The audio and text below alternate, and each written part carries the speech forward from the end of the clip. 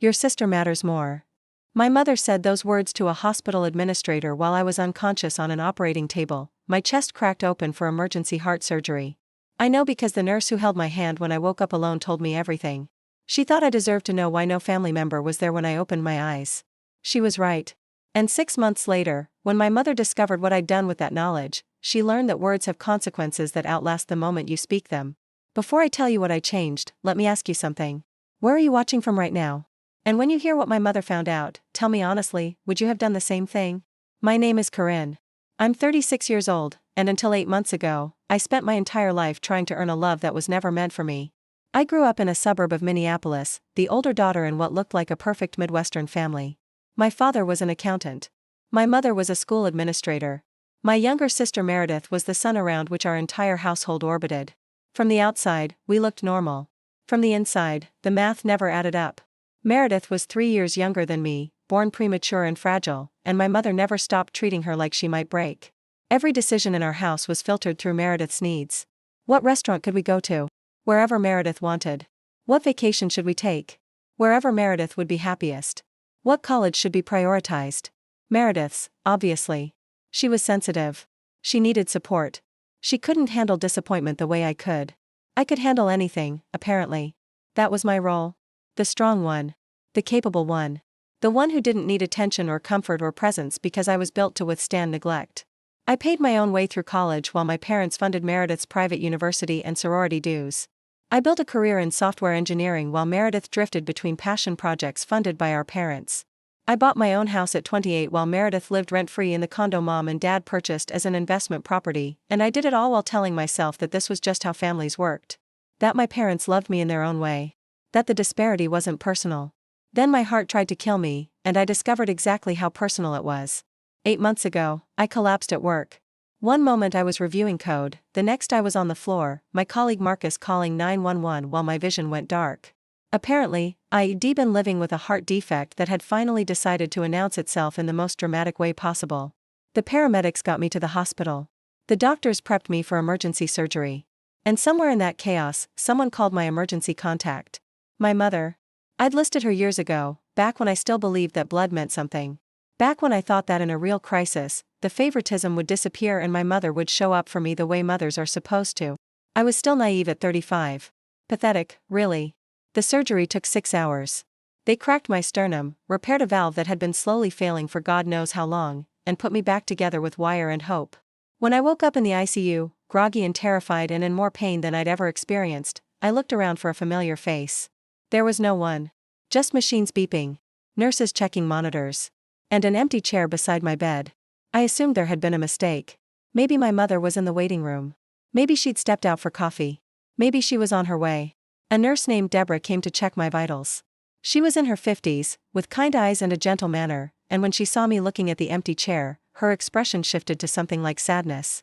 Your mother was here earlier, Deborah said carefully. She came when you were in surgery. Where is she now?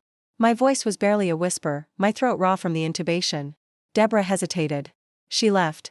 About 4 hours ago. She said she needed to get back to your sister. Meredith? Confusion cut through the morphine fog. Is Meredith okay? From what I understand, your sister is fine. She was having some kind of event? A gallery opening, I think your mother said. Deborah's jaw tightened. She asked about changing your emergency contact information before she left. Said she wanted your sister listed instead of herself. I stared at her. I don't understand. Neither did I, honestly. Deborah sat down in that empty chair, took my hand, and told me what she'd witnessed. My mother had arrived shortly after I went into surgery. She'd spoken with the doctors, signed the consent forms, and settled into the waiting room. But 2 hours into the surgery, she'd received a phone call. Meredith, apparently, was stressed about her art gallery opening that evening. She needed Mom there for support. My mother had gone to the nurse's station and asked how long the surgery would take. When they said several more hours, plus recovery time, she'd made her decision. I need to go, she'd told the administrator. My other daughter needs me. Can you change the emergency contact to my younger daughter Meredith instead? She matters more to this family. She matters more. 3 words. 35 years of suspicion, confirmed in a hospital lobby while my heart was literally in a surgeon's hands.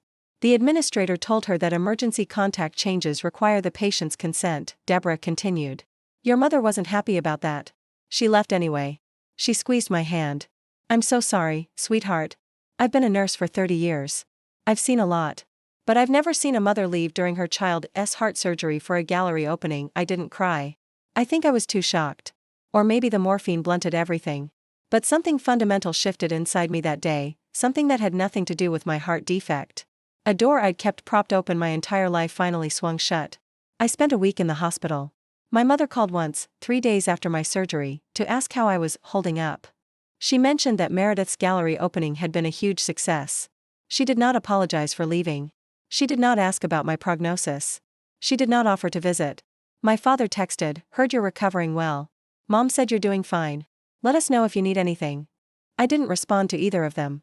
What I did was call my attorney. You see, my software engineering career had been very good to me. I'd worked at 3 startups over 15 years, 2 of which had been acquired for significant sums. Stock options, retention bonuses, smart investments.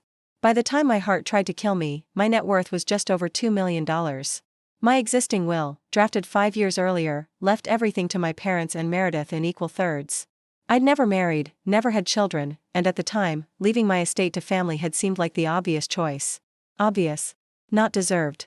From my hospital bed, I dictated instructions to my attorney. New beneficiaries. New allocations. A complete restructuring of where my assets would go if my repaired heart ever decided to give up again. My parents and Meredith were removed entirely. In their place, I named the American Heart Association. I named a scholarship fund for first-generation college students at my alma mater. I named the animal shelter where I'd adopted my cat, Biscuit, 8 years ago. And I named Deborah the nurse who'd held my hand when I woke up alone as the recipient of $50,000 along with a letter explaining that her kindness to a stranger mattered more than my mother's obligation to her own daughter.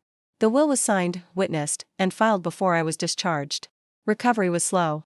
I worked from home for 3 months, rebuilding my strength, attending cardiac rehabilitation, learning to live with the knowledge that my body had nearly betrayed me and my family actually had. My mother called sporadically, always to update me on Meredith's latest accomplishments. My father sent occasional texts. Meredith herself never reached out at all. I didn't tell any of them about the will. I didn't tell them much of anything. I kept conversations short, visits non-existent, and holidays declined with vague excuses about doctor's orders. 6 months after my surgery, my mother announced a family dinner. Mandatory attendance, she said. They had important news to share. The important news, it turned out, was that my parents were updating their own estate plans. They were retiring early, selling the family home, and downsizing to a condo in Arizona. The proceeds from the house sale, plus their retirement accounts, would be divided between Meredith and me. But there was a catch. We've decided to give Meredith a larger share, Mom explained over pot roast that I could barely stomach. 70% to her, 30% to you. She's an artist, Corinne. She doesn't have your earning potential. We need to make sure she's taken care of. My father nodded along, as he always did. Meredith smiled serenely, as if this was completely expected. We assumed you'd understand, Mom continued. You've always been so self-sufficient. And we know you'd want your sister to be secure. You'd do the same for her, wouldn't you? If something happened to you, Meredith would be in your will, right? The question hung in the air like smoke. I set down my fork. Actually, no. Mom blinked. What do you mean, no? I mean Meredith isn't in my will. Neither are you. Neither is Dad. I took a sip of water, letting the silence stretch. I updated my estate documents 6 months ago. After my surgery. After I woke up alone in the ICU because you left to attend Meredith's gallery opening. My mother's face went white. That's not. I came to the hospital. I was there for hours. You were there while I was unconscious. You left before I woke up. You asked the hospital to change my emergency contact to Meredith because, and I quote, she matters more to this family. I kept my voice level, but my hands were trembling under the table. The nurses told me everything, Mom. They thought I deserved to know why my mother wasn't there when I opened my eyes after heart surgery. That's not what I meant. It's exactly what you meant. It's what you've always meant. Meredith matters more. Meredith's needs come first. Meredith is sensitive, Meredith is fragile, Meredith requires support. And I'm just the capable one who doesn't need anything from anyone. I stood up. So I decided to be capable. I removed everyone who's ever made me feel like an afterthought from my estate. $2 million, give or take. It's going to charity now. All of it. The room erupted. My father's face went red. $2 million? You never told us you had that kind of money. You never asked. You were too busy funding Meredith's lifestyle to notice that I'd been building my own. Meredith's serene expression cracked. Corinne, this is ridiculous. We're your family. You can't just cut us out because mom made one mistake. One mistake? I laughed, but there was no humor in it. This isn't about one mistake, Meredith. This is about 35 years of being second place. 35 years of being told to be patient, be understanding, be the bigger person. 35 years of watching you get everything while I got excuses. I grabbed my coat. The surgery just made it impossible to pretend anymore. My mother shot to her feet. You can't do this. We're your parents. You owe us, I don't owe you anything. My voice finally rose, cracking with decades of suppressed hurt. I paid my own way through everything. I built my career alone. I bought my house alone. I lay in a hospital bed after heart surgery alone because you decided a gallery opening was more important than your daughter's life. What exactly do I owe you? I made a mistake. Mom was crying now, the manipulative tears I'd seen 1,000 times when she wanted sympathy. I panicked. Meredith was so upset, and I thought you were stable, and I didn't realize. You told a hospital administrator that Meredith matters more. Those were your words. Your exact words. And you know what? I finally believe you. So I'm acting accordingly. I walked to the door. Corinne, wait. My father's voice, for once, was quiet. Uncertain. Can we at least talk about this? Maybe we can work something out. Maybe you could reconsider. The will is filed, Dad. It's legally binding. Even if I wanted to change it, which I don't, it would take months of paperwork. I paused at the threshold. But here's the thing. I don't want to change it. For the first time in my life, I made a decision based on what I deserve, not what you think I should accept. And it feels right. My mother's voice turned desperate. But what about when we're gone? What about the family money? You'd really let it all go to strangers instead of your own sister? I looked at Meredith, who was sitting frozen at the table, her perfect life suddenly showing cracks. I already did, I said quietly. And the strangers I chose? They're people who show up. They're organizations that help people when no one else will. They're a nurse who held my hand because my own mother couldn't be bothered. I opened the door. That's more family than I've ever felt in this house. I left them sitting there, my mother sobbing, my father stunned, my sister finally understanding that being the favorite has a shelf life. That was 2 months ago. My mother has called 43 times. I've answered twice, both conversations brief and unproductive. My father sent a long email explaining that they never meant to make me feel less important, that they love both their daughters equally, that I'm being unfair. I deleted it without responding. Meredith showed up at my door last week. She actually made the drive to my house, the first time she's visited in 4 years. She stood on my porch and told me she was sorry. That she didn't realize how bad things had been for me. That she wanted to fix our relationship. I asked her one question. When I was in the hospital, did you know Mom left to go to your gallery opening? She hesitated. That was all the answer I needed. I'm not angry anymore, I told her. Anger takes too much energy, and I need that energy to stay alive. But I'm also not pretending anymore. You knew. You let Mom leave my surgery to come support your art show. You didn't call me once during my recovery.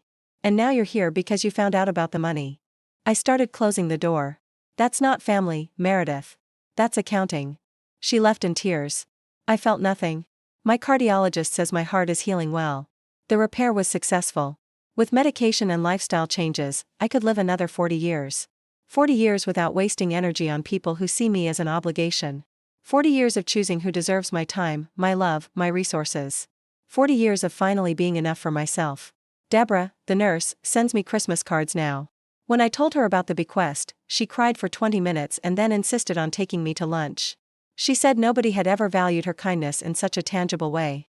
I told her that kindness in the right moment can save a person's life, and she'd saved mine. Some people show up when it matters. Those are the people who deserve to be remembered. And some people leave during your heart surgery to attend a gallery opening. Those people deserve exactly what they get. Nothing. If you're watching this and you've ever been the reliable one, the strong one, the one who never needed anything because nobody offered, I want you to know something. You are allowed to matter to yourself. You are allowed to prioritize your own peace. You are allowed to stop auditioning for love from people who already decided you do and deserve it. Change your will. Change your emergency contacts. Change whatever you need to change to protect your heart, literally and figuratively. Because the people who matter will be there when you wake up. And the people who leave? Let them go. If this story spoke to you, drop a comment below. And make sure to subscribe so you don't miss what happens next.